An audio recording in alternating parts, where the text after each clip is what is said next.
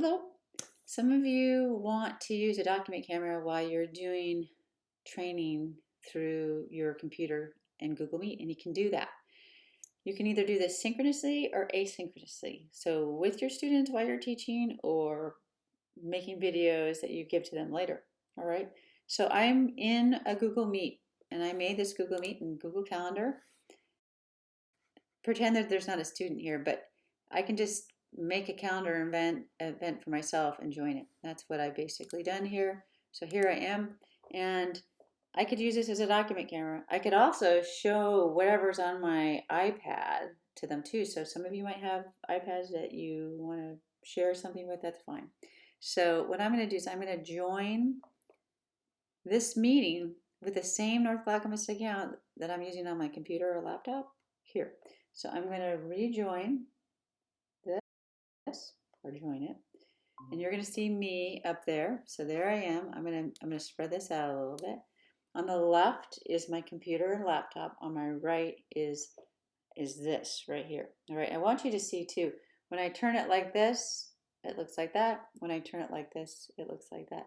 Now, I don't like particularly seeing myself and the iPad that close. So I'm going to tap once on the iPad and three dots come up. And so I'm going to switch the camera. So now the camera is like a document camera, which is pretty cool. So I can mount this some way. Now, if you have a bookcase or a stack of books, you can just lay it right on top of your books. And then when you're recording, it's right here. So while you're doing this live with kids, so you can really log into too. Now, you may want to do something where you send out a video with kids. Now I'm gonna stop this for, well, I won't stop it, but let's put it down for a second. It's gonna see nothing, but I could go to these three dots here in the corner, right? And I could go up here and I could record this meeting.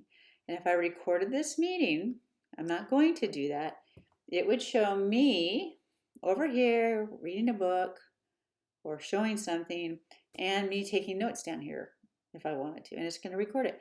And when it's done, it's going to send it to me in my Google Drive. So if you go to your drive, there's a little arrow to the left of your drive. You click on it, you'll see something that says Meet Recordings, and it's going to be in there. And it's private just to you. All right, so I'm gonna hang up, and now I'm gonna join this exact meeting with my cell phone. So I have an Android. It's not a Mac or iOS, so you can do it with anything that accesses Google Meet. And I'm going to join the same meeting, all right? I'm going to turn off my mic, which is something really important. When you have these other devices, turn off the mic because you will get feedback. So I am going to join. I actually want to be joined with my North Clackamas account. I have two accounts on here. So now I'm going to join this meeting. And so here is, turn off the mic. It was doing some feedback. So now I have my phone, right? Now, again, if I turn it this way, notice that it is landscape instead of portrait. I might want to change the camera option on here. So what I'm going to do is I'm going to switch the camera. Now, oh wow, doesn't that look nice? My phone has really, boy, it's really clear. So I could put it on a stack of books. I could even, if I had a, I could put it on here if I wanted to, right? So there are lots of different ways that I could try things around my house, but super cool. Now, what you're seeing here is just like you were going to have a Google Hangout with your students, or Google Meet is what it's called now. I would see those people. So I'm just gonna go over here, and I can decide what kind of format do I want this to be in. So what kind of layout do I want it in? So now I can see this is over here. So you can do all sorts of different things. You can pin one of these or another one. You can see if I want this to stay here, I can pin it, will stay there, and click it again, it will unpin it. But for now, I'm actually going to do something a little bit different. I'm going to have this device right here, which is my cell phone, maybe I should pin me here. There. I'm going to take this and I am going to share my screen or present my screen. And so that way you're going to see only this document camera. So I'm going to turn this around and there is a little 3 dots. On mine it might be different on an iPhone. And I'm going to go to present screen, start presenting. All right.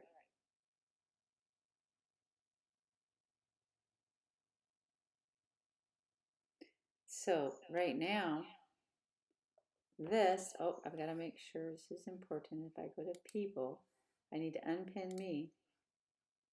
And this person is presenting their screen. So what I'd want to do right now is I'd want to get my camera on. So I'm going to click on this. I'm going to find my camera. There's my camera right there. And again, recognize when you change it. So what I might want to do then is mount this somewhere and then record it, right? So this device is presenting their screen, okay? So just something to think about. I'm going to click on this. I'm going to get out of my camera. You got to practice this a little bit, right? Because, you want to make sure that you kind of work through the bugs, see what's different on your device. So here's my Google Meet, and I'm going to stop presenting, and I'm going to hang up. All right? So just some ideas. Some of you are really creative and resourceful might be able to take this information and find it very, very helpful. By the way, when you use this and you're using the camera app, and there's also the video camera, right? And you could actually record whatever it is that you're doing and then upload it to Drive. I always like to delete things on my phone after I've recorded anything, however, because it fills up. And so I just upload it to Drive. So you have the Drive app on this. Upload it to Drive. Once it's uploaded, delete it from your phone. Okay? So just some ideas. If you have any questions, you can let me know. I'd be more than willing, and same thing with Carolyn Kirschman and Kristen Montagano. If you have any issues, you can contact us, and we'd be more than willing to help you so you have a more successful learning experience with your students.